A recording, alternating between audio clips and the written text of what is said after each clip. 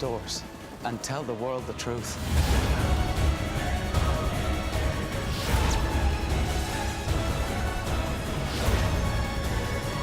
It has to be here!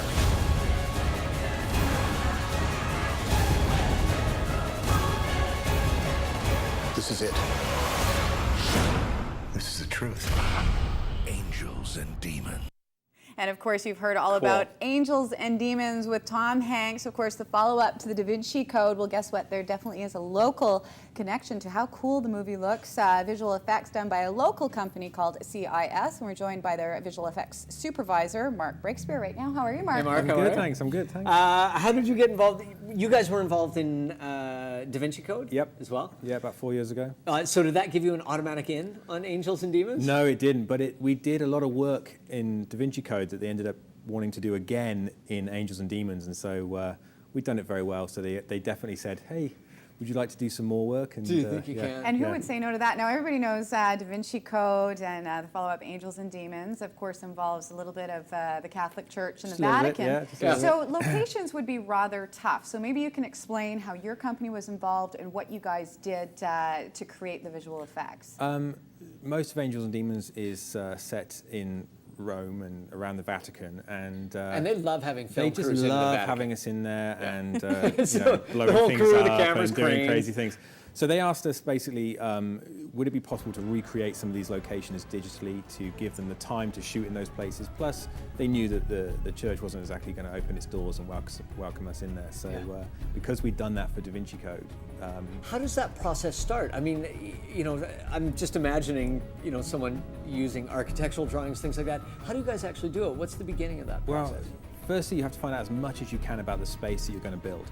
And that involves, unfortunately, going to Rome on trips to take lots of photographs and tend to be a tourist. I was going to ask, do you ask for permission, or do you just go in? No, it's better to apologize than to ask for permission. Just go in and take a lot of pictures? Apology, yeah. No, we went and took about 25,000-30,000 pictures of the space. We're the most interested in bizarre parts of the church type tourist you'll ever meet. Right. Column after column. Look at the floor! No, wow! What a tough environment of all environments to recreate. Of course, there's so much history there. There's so much art there. It's insane. It's massive. How far in advance were you doing this to prep for what you had to do for Angels and Demons? Well, we started this about a year and a half ago, and even at the end of Da Vinci Code, because we knew they were going to make Angels and Demons, we decided that we would, we used a similar technique, we went to all the locations at the end of Da Vinci Code and took all these pictures up front.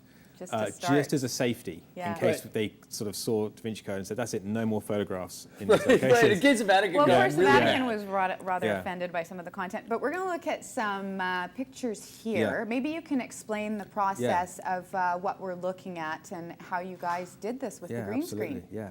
All right, let's roll it, and you can talk us through it.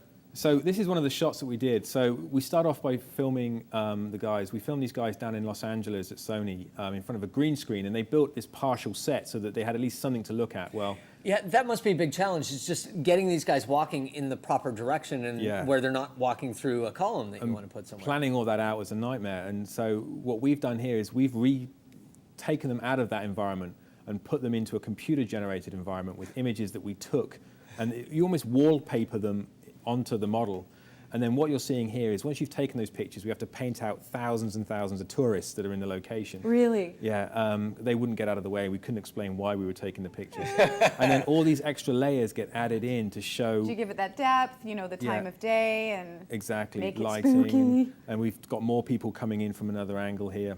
So how big is this space that these actors are working in, the green screen space? It's a pretty small space, and it's a lot smaller than the real space is supposed to be. And so that produced a bunch of challenges of, Ron wanted this one shot where they were running. Ron Howard? Ron Howard. You just dropped a name there.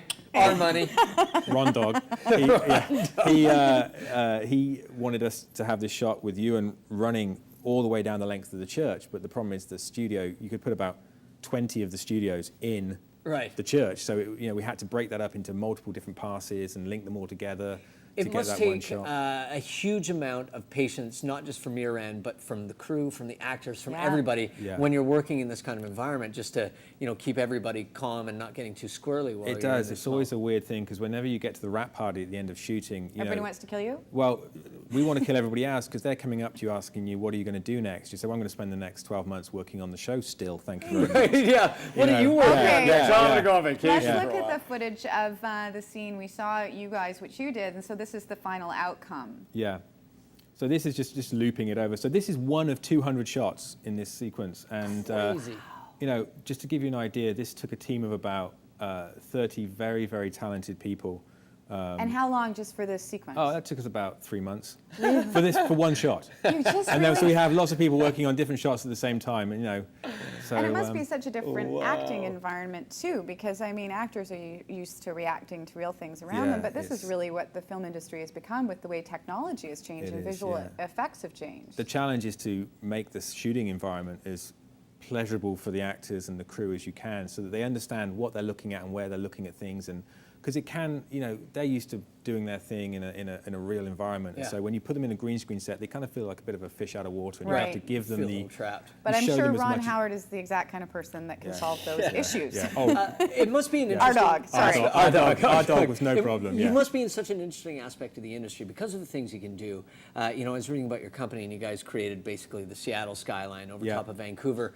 Are we getting to a point where there is sort of that setless environment where you can shoot something in whatever offers you the cheapest environment, and you guys can step in and sort of recreate Yeah. whatever you need to? I think so. There's some pretty amazing technology that's coming out that allows you to almost walk around a space with a video camera now, and then that can be completely recreated in 3D. And it doesn't matter where you walked, you can actually have someone else walk a Amazing. completely different way. Now, you So- just finished working on Angelina Jolie's new movie everybody's been reading about, Yeah, Salt. Salt. We just finished shooting. Yeah. Just finished shooting, and that means you guys will be working on it, Yeah, I guess, for a little while longer? A little while longer. We hopefully finish before the end of the year. Very nice. Well, Yeah. very, very cool stuff, and congratulations very on your much. continued Thank you success. so much. Of course, now when you see the Da Vinci Code and, of course, Angels and Demons, look behind the scenes for you, how they make the visual effects. And tomorrow, Mark is going to make our couch even more Technicolor, so you can look forward to that on tomorrow's Urban Rush. We're going to take a break, and when we come back, you may have heard the term staging, how to make your house look optimal when it's time to sell, and we're going to get a little lesson, and we're going to try our hand at staging with a couple of experts right after this. I think I'm going to suck at this. Really? I suck at this.